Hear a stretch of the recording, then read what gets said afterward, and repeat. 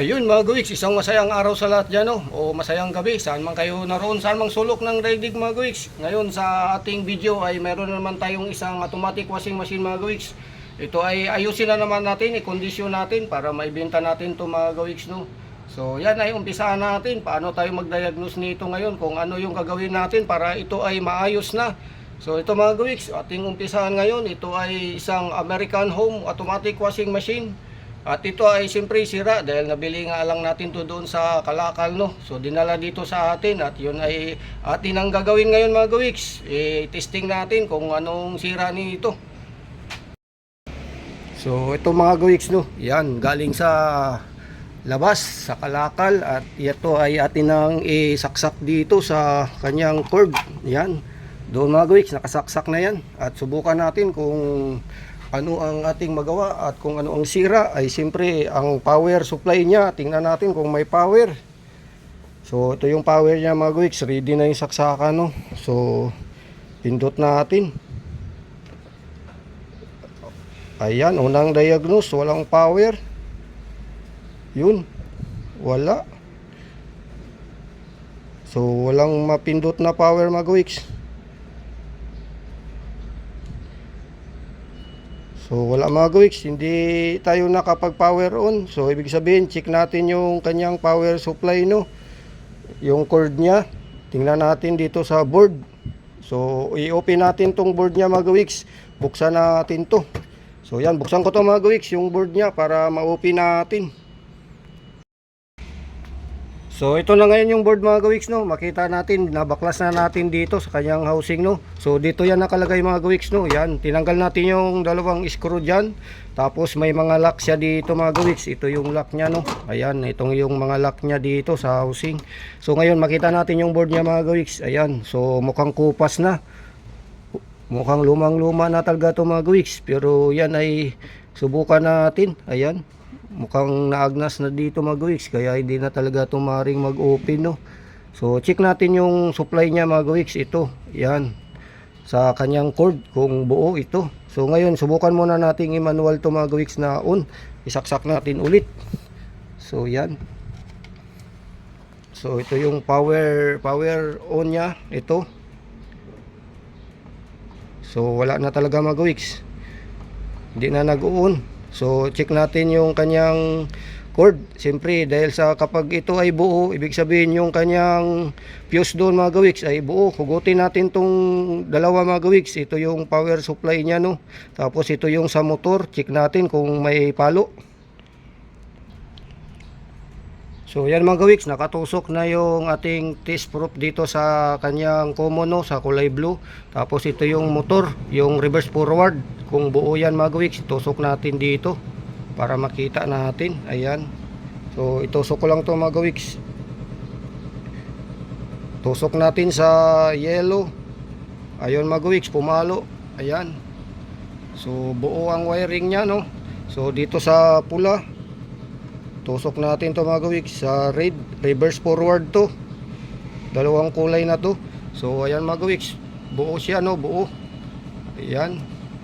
So yan, bali pumalo yung dalawa mga Guwiks. So buo yung ating motor.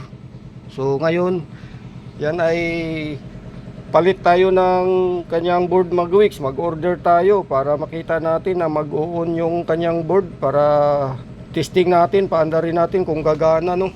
So yan, so board lang muna mga Guwiks. Tingnan natin kung ano pang mga mechanical na sira doon sa ilalim, no.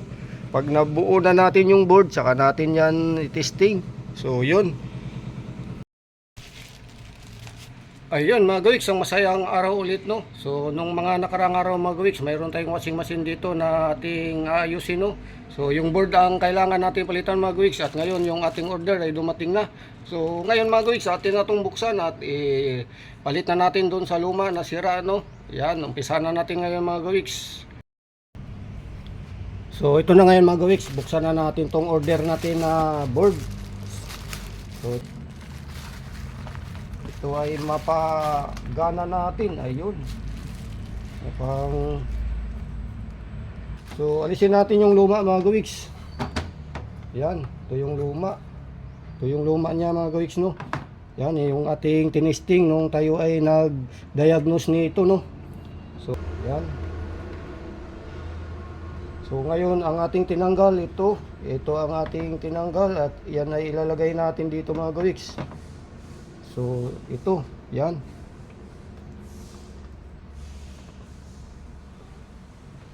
So yan yung kanyang status dito. So ganito lang mga gawiks, madali lang magpalit ng board, no. Kung saan mo tinanggal, doon mo rin ibabalik. So ito dito. So may dalawa pa para dito sa kabila mga gawiks. Dito sa puti at saka sa blue.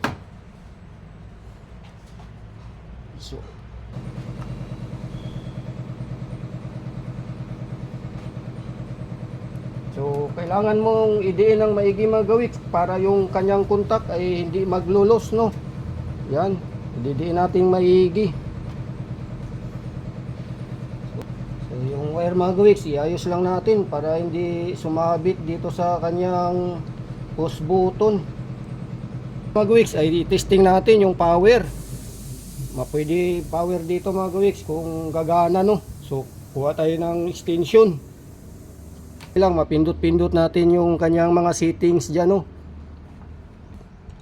So yan mga gawiks, yung ating extension ay ready na, no. So i-power on natin. Subukan natin mga gawiks. So yung kanyang power on. So ayan, ganyan siya mga gawiks. Ayan pala. Yan. So power on. Ito. Tingnan natin mga gawiks kung may lalabas dyan na mga ilaw-ilaw. Ayun na mga gawiks. Tapos ito yung katabi, ito yung start. So tingnan natin yung program. Yung program dito mga gawiks. So bali 4. So ito yung dito program standard. Sunod-sunod, big object, gentle, quick. Tapos dito sa iba pa, ayan. Sa water level dito.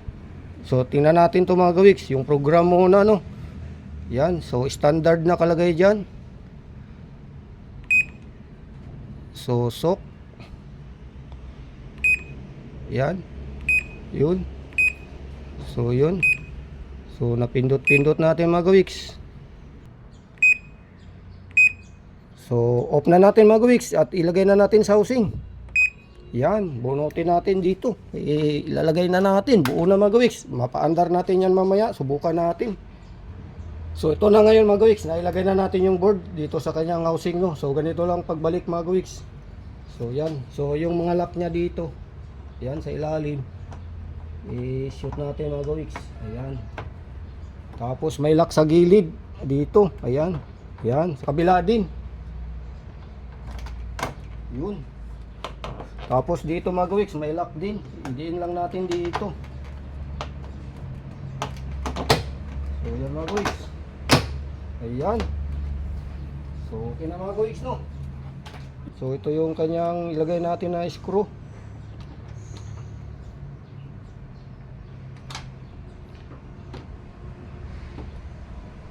So lagyan lang natin to ng mga gawiks, yung ibabaw para hindi mapasukan ng tubig, kalawangin ng gusto yung screw niya, no.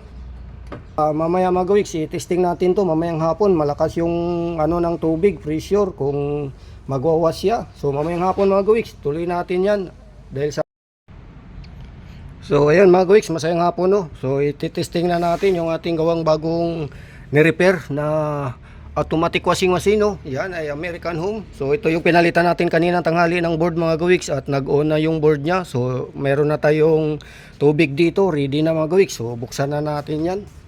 So open ang tubig.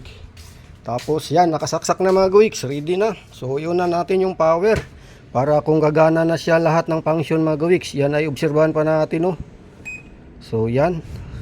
So standard, tapos wash, rinse at saka spin. So yung water level niya mga gawiks, tingnan natin.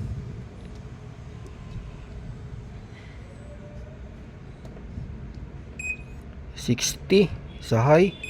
So salo lang tayo mag-wicks. Ayan. So okay na yan mag-wicks. So start na natin kung mag-start yung tubig, no. Ayun na mag-wicks, narinig ko na. Ayun mag-wicks, ang tubig ay nag-on. So antayin natin kung magwawas yan mag-wicks, no. So rinse at saka spin. So low lang yung ating tubig para mabilis siyang mag-start mag-wicks. So maya maya ay tingnan natin. So ayan mag-wicks, nag-start na pero medyo maingay. Ayun, stop natin mag-wicks, hindi gumana yung pulsator.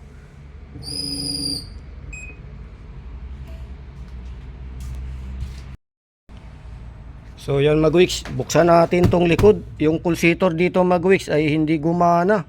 Yung pump belt ay check natin.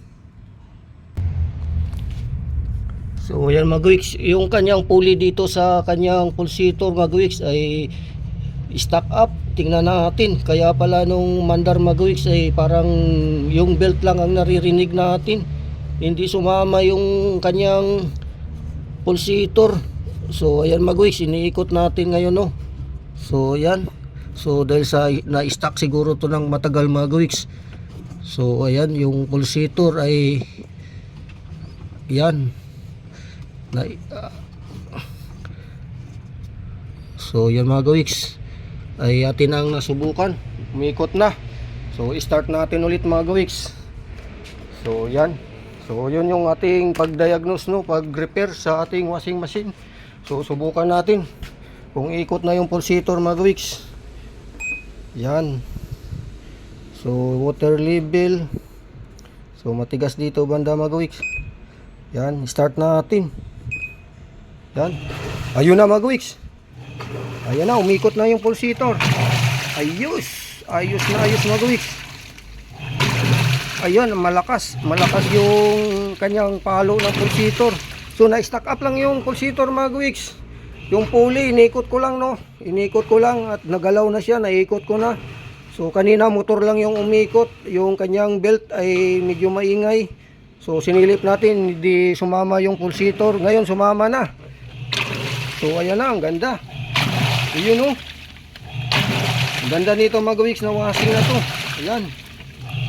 Yung tubig, kitang kita natin mag-wicks. Galing sa baba, papunta sa taas. Ayan, no. 4. Ayan mag-wicks. Ayan. So good na mag-wicks. Ngayon, antayin natin ang spin. Yung rinse niya. So ayan na mag-wicks, naantay na natin, no, na mag-spin siya. So ayan yung spin niya mag-wicks. Todo na mag-wicks. So antayin natin.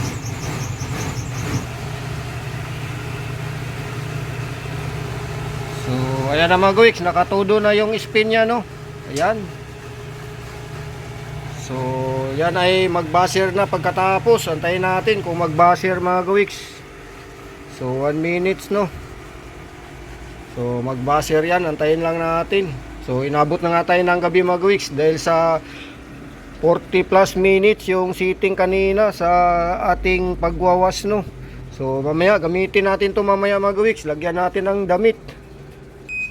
So in na tayo. So good, okay na mag-wicks. Yung kunting ingay doon sa ilalim ay isprayhan lang natin ng WD-40 yun mag-wicks dahil sa yung kanyang pulsator nga, yung pulley, no. Yan, medyo may na dumi o kalawang. So na-stack up mga gawiks. So yan, alright na mga gawiks. Hanggang dito na lang. Muli, masayang buhay sa lahat yan. Bye bye, yahoo. Nakabuo na naman tayo ng isang automatic washing machine.